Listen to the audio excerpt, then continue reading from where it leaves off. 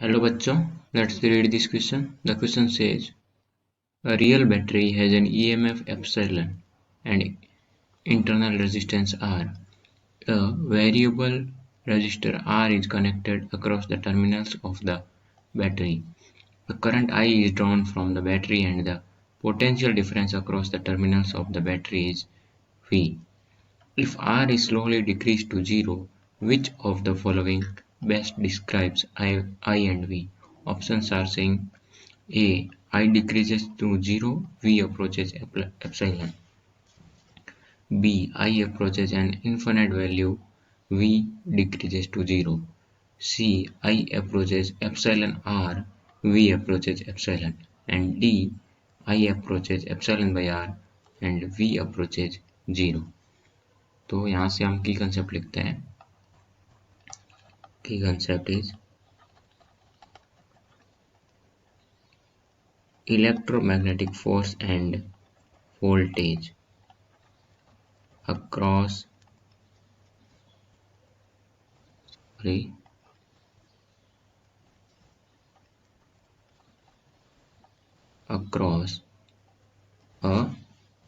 real battery and Kirchhoff's law. तो इसको पहले हम किरचॉफ लॉ को सही से समझते हैं. तो यहाँ से किरचॉफ लॉ ये कहता है, जब एक बैटरी ओपन होती है लाइक दैट, कोई सर्किट में नहीं है, ये उसका इंटरनल रेजिस्टेंस है, तो जो इसका अक्रॉस जो पोटेंशियल होता है उसको हम इलेक्ट्रोमैग्नेटिक फोर्स कहते हैं, एप्सिलॉन. और जब बैटरी सर्किट में जोड़ी जाती है एक या एक से ज़्यादा, तो जब किरचॉफ लॉ ये कहता है कि टोटल ईएमएफ होता है इन ए सर्किट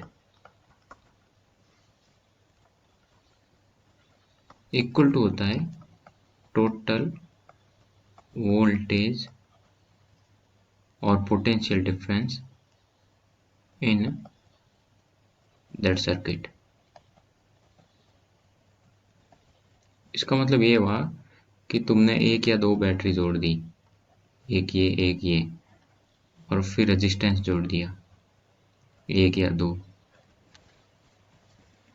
तो जो एप्सिलॉन 1 है, लेट से एप्सिलॉन 2 है और V1 है, V2 है, तो ये V1 प्लस V2 होगा.